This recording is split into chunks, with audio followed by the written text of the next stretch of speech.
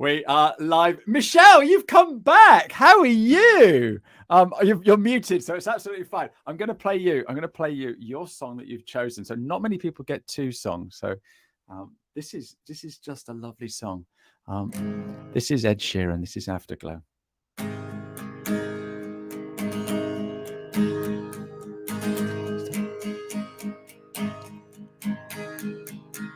Stop the clocks, it's amazing. You should see the way the light dances off your hair. A million colors of hazel, golden and red. Saturday morning is fading. The sun's reflected by the coffee in your hand. My eyes are caught in your gaze all over again. We were love drunk, waiting on a miracle, trying to find ourselves in the winter glow, alone in the world that finally disappeared. Oh, I will hold on to the afterglow. Oh, I will hold on to the afterglow. That was an abridged version because this show's about you, not about the song. Michelle, lovely to see you again. How are you? I'm good. It's great to be back. I feel, privileged. Amazing. No, you are telling an amazing story. We just ran out of time. I could have talked to you all day last time. But we've got to keep it to 15 minutes, and we know I never do that anyway. So it's a delight to have you back. So just remind everybody who you are and what you do, please. Oh, hang on. First of all, why the song? Thank you. Good job. Someone's awake. Yeah. So why the song? Yes. Hi, Michelle from Dementia Prevention UK. We're talking about brain health. And one of the things that we're talking about, a part of our message of brain health, is to keep the brain stimulated. And this song is an exact example of how to keep the brain stimulated, is looking at what is happening around us. And Ed Sheeran, in these beautiful lyrics, actually notes everything, and he gives us this amazing, beautiful picture. So a great way to keep the brain stimulated is listen to the lyrics of songs and try to imagine the scenario of the song. And I find this one to be beautiful. It actually reminded me of What a Beautiful World, or What a Wonderful World, song that, again, really shares with us details of this wonderful world. So, a little tip before we even started of how to keep your brain stimulated. No, it brilliant. Absolutely brilliant. And that's the thing. And I think you said last time that if you're into heavy metal, you should try listening to a different style of music. And if you're into, if you're into classical music, you should listen to heavy metal, because all of that is stimulating the brain as well, isn't it? We shouldn't just, although Ed Sheeran's brilliant, I've got all his albums and I do play a lot of his songs, there are other people other than Ed Sheeran. That's what you're saying, isn't it? Yes, definitely. The thing is that we don't want to do more of the same. More of the same is great, but it doesn't necessarily stimulate our brain, and it doesn't build the amount of connections that we need in order to protect our brain from neurodegenerative diseases. So we want many connections. We want many strong connections. So we need to try and do many things, many different things. I'll show you what So I'm doing crocheting, for example. Oh, wow. Oh, that's brilliant. How cute is that? It's cute. No, I don't have anyone to give it to. But the idea is to try and do things that are new, that are different, that makes you kind of concentrate in a different way. That's what we want to do. We want to stretch your abilities. Absolutely. So it's not just the Sudoku, it's crocheting as well. My daughter's just got into crochet, and she's got a little 2-year-old, and she's making him for Christmas. He's not going to see this, so it's fine, I can say. Lots of fruit and veg. and it's brilliant. So Oh. she's sort of like, "What do you think of this?" And it's a pumpkin. It looks absolutely amazing. I said, "Oh, what a great pineapple!" You know what dads are like, Michelle. Very naughty of you. Very naughty. Absolutely, absolutely. So go on then. What have you been doing since you last spoke to us, and what's all this about Chris Hemsworth? Ooh, very good. Thank you. So, yes, we are working hard on educating women, specifically about brain health. And I've been, you're a little bit southern than me, but I've been working with groups of women from underprivileged areas around London and sharing with them what brain health is about. We had just now we finished 12 tips about cost of living and brain health. Quite a lot of people believe that brain health mean let's go to the gym, let's buy a fancy guitar and start learning how to play guitar. Let's I don't know climb the Himalaya, but actually. Brain health is simple little things that you can do on day-to-day basis. So, for example, cheap thing to do, which is not expensive, is actually eating the peel of an onion. It's very nutritious and people don't know, they just throw it away. So here, cost of living tip around nutrition. Cabbage is very, an amazing type of vegetable, which again, filled with nutrition. It's 42p, I think, in Lidl. So brain health is not only about eating kale. Another thing is, for example, you don't need to go to the gym. You can decide to maybe get off a station before the station that you're supposed to in order to take a walk. If you see the stairs, take stairs. Forget about the lift. Doesn't cost you anything. So these are the things that we talked about. We talked about, for example, cleaning your wardrobe and selling things online so you can make a little bit of money and maybe buy something that you didn't think that you can afford. So again, brain health is about being creative. It's about thinking outside the box. Moving forward, we don't need routine. We need element of routine, but we don't need routine in order to keep ourselves healthy. So eat different things, do different types of exercises, listen to different types of music. All these things are really, really important in order to maintain brain health. So we worked with women, and the other group of people that we started working with, which are really important, are children. Oh wow, wow! So hang on, this is really cool. We are now working with children. What sort of age are we looking at, Michelle? So we're looking at year 5 and 6. I think it's 10 and 11 years Right. old. Okay. So we're looking 60, 70, 80 years before they get dementia. And I guess if you're doing the right thing, can you say that they're not going to get dementia? No, because we don't know enough about what makes one person, we'll talk about it in a second, what makes one person develop dementia and a different person not develop dementia. We do know that there are risk factors and we're trying to avoid those risk factors. But at the end of the day, someone who is, led a brain health lifestyle their entire lives, and their parents had stable home, everything was fine, no trauma, might still develop dementia.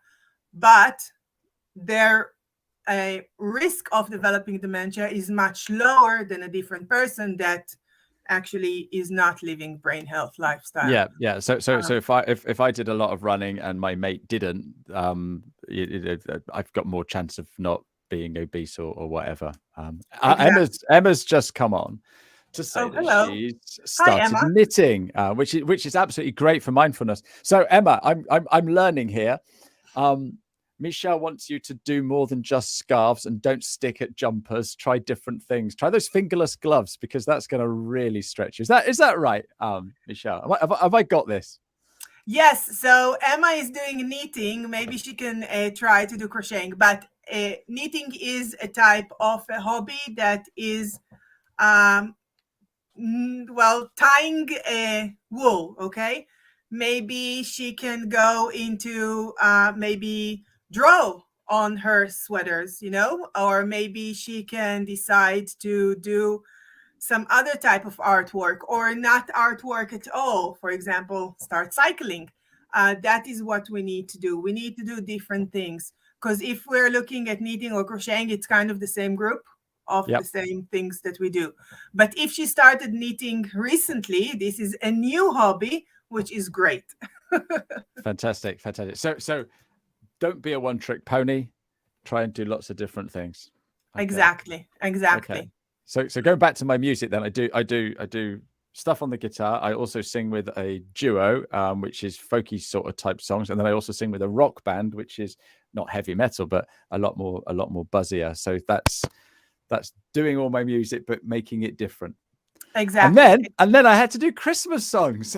That really got me learning again.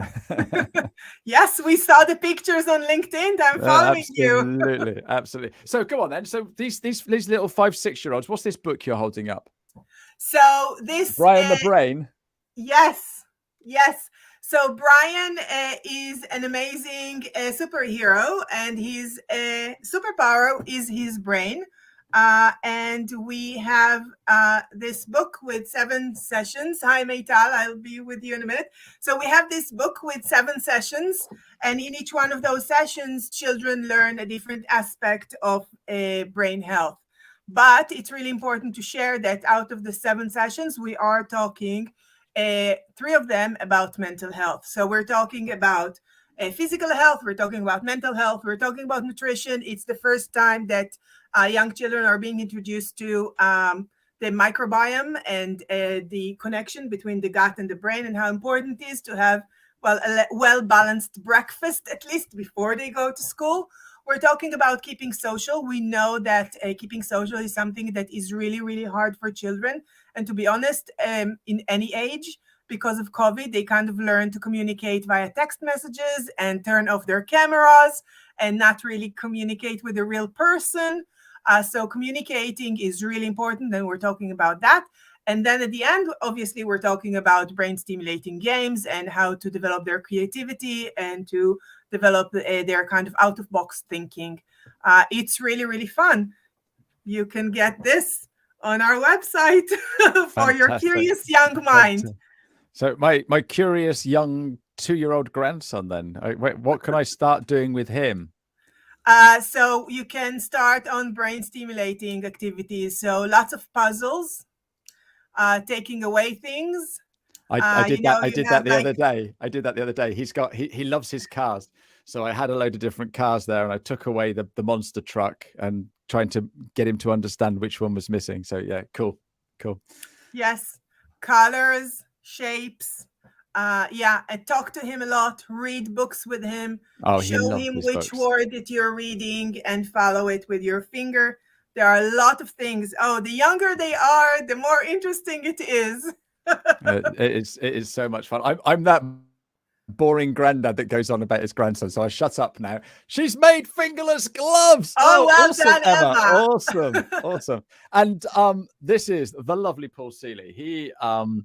He runs a Land Rover driving experience. So obviously people our age go and drive, but they actually run a driving experience for 11-year-olds.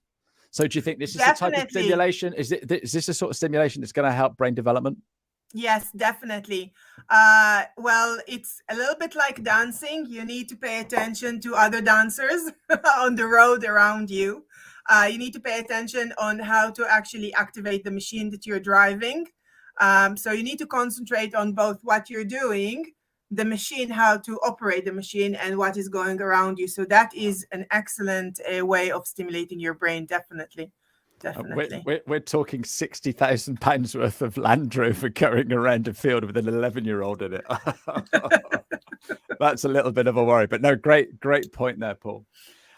So just one second. I think we missed Meital because I didn't read what she said. I don't know. Can you see it? Oh, it's amazing you started working with it. Yeah, it's okay. Thank you. Yeah, absolutely. It is important. And so you've got like a classroom full of these 5-6-year-olds. How are they? No, year 5 and 6. So they are 10 or 11 years old. Right. Okay. Yeah. So you've got these 10 and 11-year-olds. How are they getting on with all this brain stuff? Are they loving it? Is it beyond them? Where are they? It's quite amazing. They don't want to leave the lesson. I think it's because of me. No, I'm joking. They are so no, they are so curious. It's I would I love you think to that be my teacher. uh, I think the brain, kind of like the space, these are two subjects that we know a little bit of, but not enough. And when someone brings a little bit more information about it, it really is very interesting. They are really keen to understand how their brain works. They really keen to understand how to protect their brain. They do understand that making sure that the brain is healthy will help them achieve what they want. So we have a lot of footballers in our future. A lot of boys want to be footballers. A lot of girls want to be other things, which is a little bit sad. Yeah, at the age of 10 and 11, they don't have high aspirations. But that is a different thing to work on, maybe in a different charity.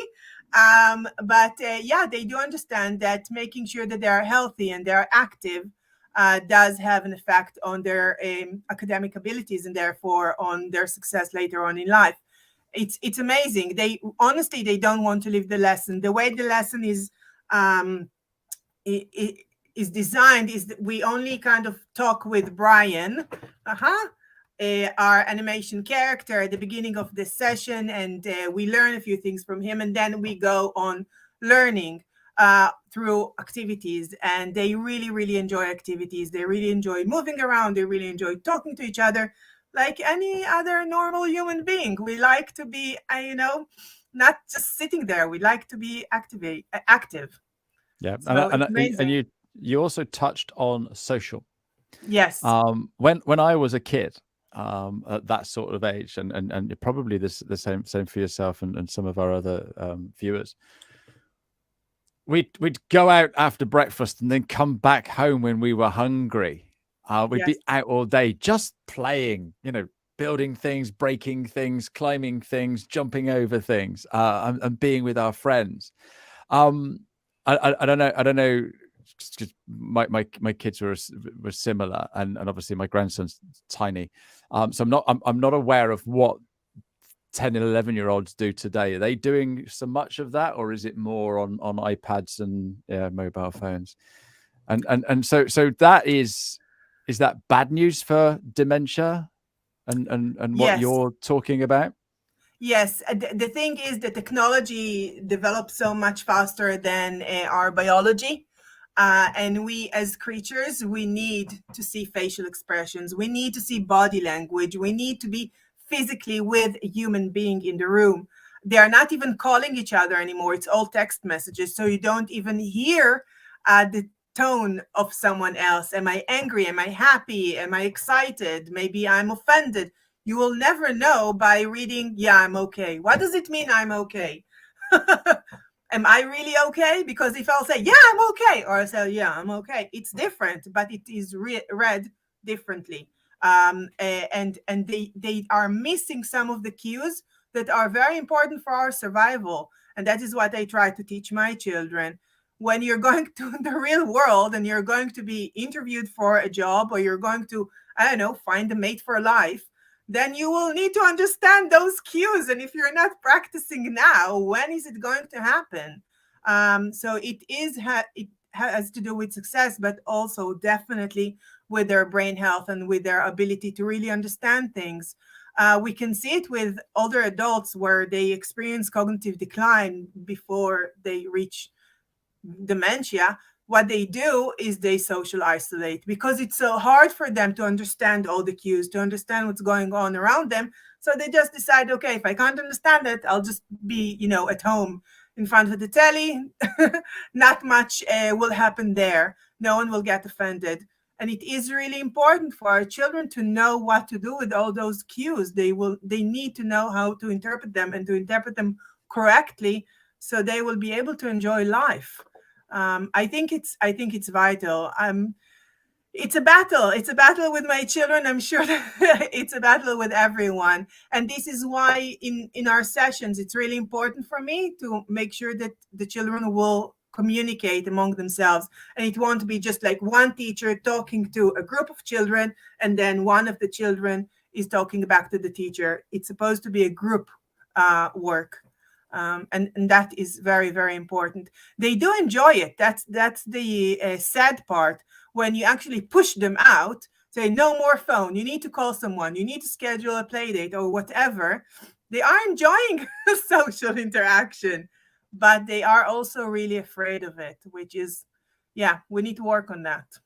It's not it's not the norm like it was when we were kids, is it? I No, think it's not. that's the thing. And so I've got LinkedIn Local on Thursday. So up at the local, there's a lovely restaurant, bar, pub, whatever you want to call it, the Bar Four Arms, and we meet up. Paul's coming along, and we meet up for breakfast. We have a little natter. We've got a couple of speakers that are just going to share a few bits.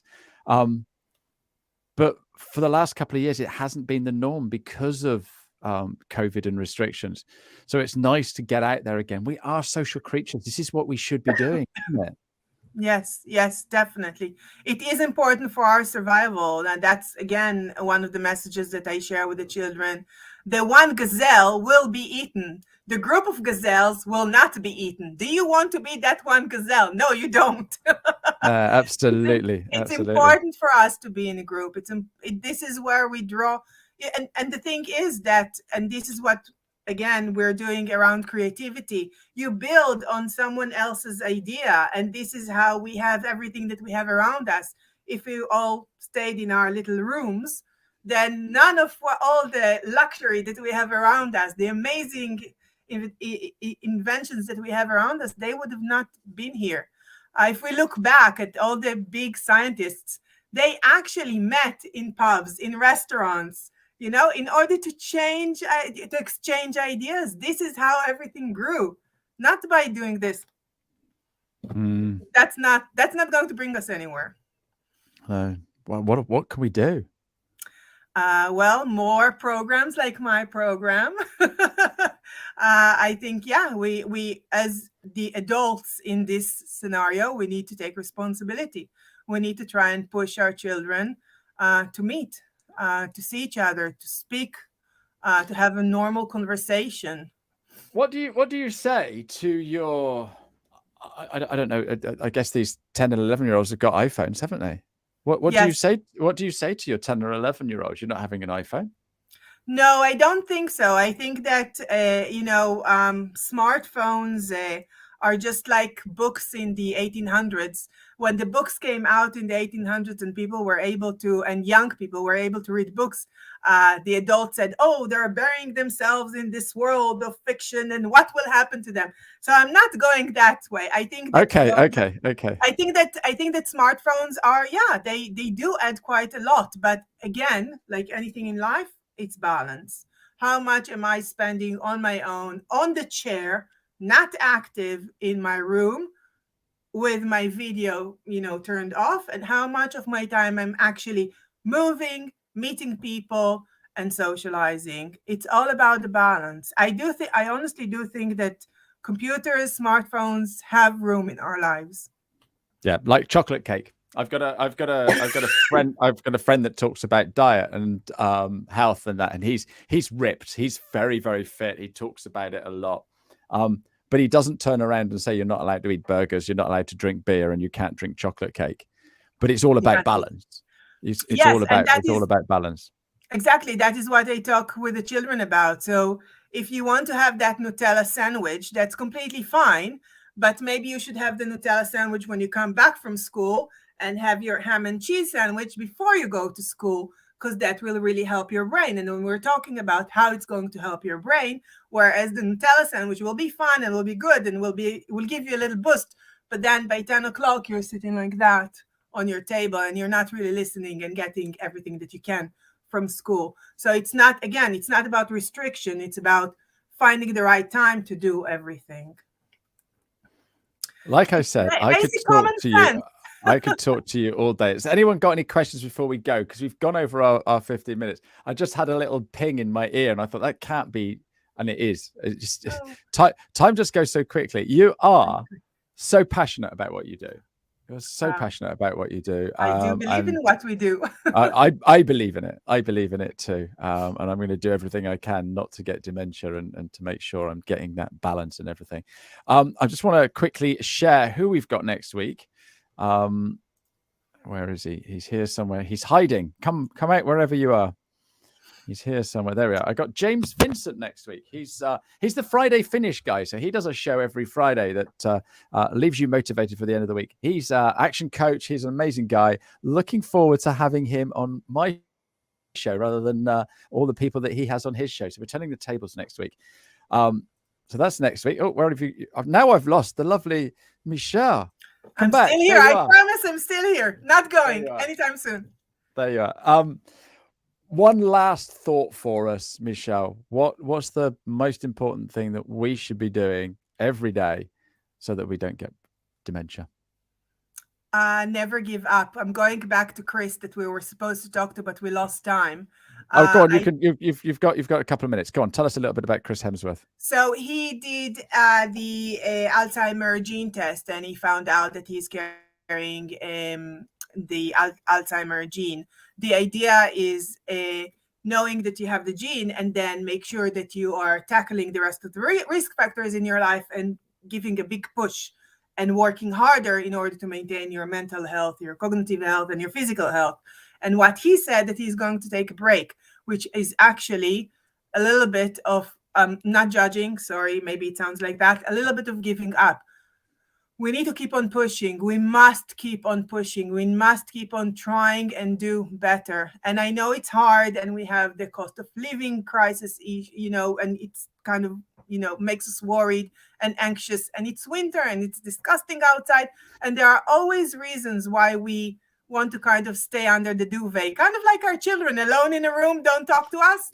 I went for a walk yesterday, and I was talking to my friend because we meet up and we talk on the phone as we're walking, and I said, "Oh my goodness, my pants are now wet. That's not my trousers, my pants." It was absolutely throwing it down. And she turned around to me and said, "Well, you could have just not bothered. You don't have a dog. You don't have to go out," because she's obviously got a dog. And I went, yeah, but I've got to get out for my mental health and my exercise. And so that's the thing, isn't it? It's, it was absolutely throwing it down, but it wasn't an excuse for me. So if I need to sum it in one word, just show up for yourself. Do one thing a day that is showing up for your future self. So you will have the life that you want and you deserve. So knowing that, let's pretend I'm Chris at the moment. So knowing that I've got this gene, there's a good chance of me suffering with dementia. But now I know that I've got that gene, I'm going to do everything I can to prove it wrong. Exactly. So I'm going to be learning all kinds of things, eating properly, exercising properly.